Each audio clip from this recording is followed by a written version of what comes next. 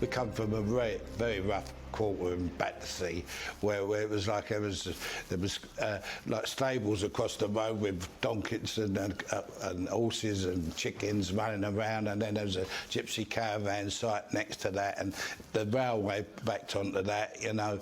And it was a very rough quarter, but for a kid to live in, it was lovely, you know. It was excitement, something was happening all the time, and all the pubs used to be full with people, and they used to have their straightener fights outside the pub of a night on a Saturday night, and me and my brothers just go and watch them all, who's going to fight who this weekend, you know, and they'd have a return match the following week, and, you know, challenging one another. And they used to put me up with the crowd, used to make a circle, and they used to put me up on this window ledge so I could see, because I was only little, you know, so I used to watch it, and I could remember all these things.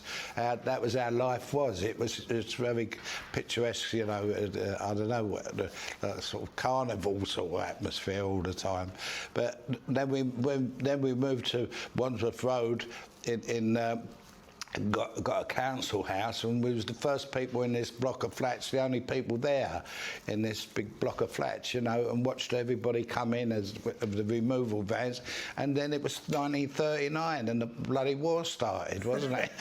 And we just got ourselves a bathroom and a inside bathroom and toilet, you know, instead of the old tin bath and the cooking stove and hot water. And it was luxury for my mother and my parents, and for us to have a bathroom. It was a real luxury, you know.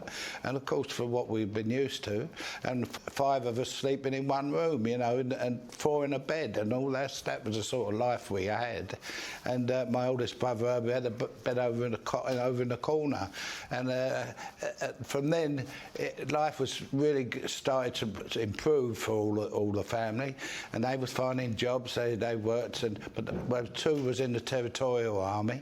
So that, of course, when 1939 started, the war started, they had to go straight into the forces, and my other 2 brothers, they went into the army, King's Royal Rifles and the Royal Artillery, and then my 2 other brothers joined the Navy.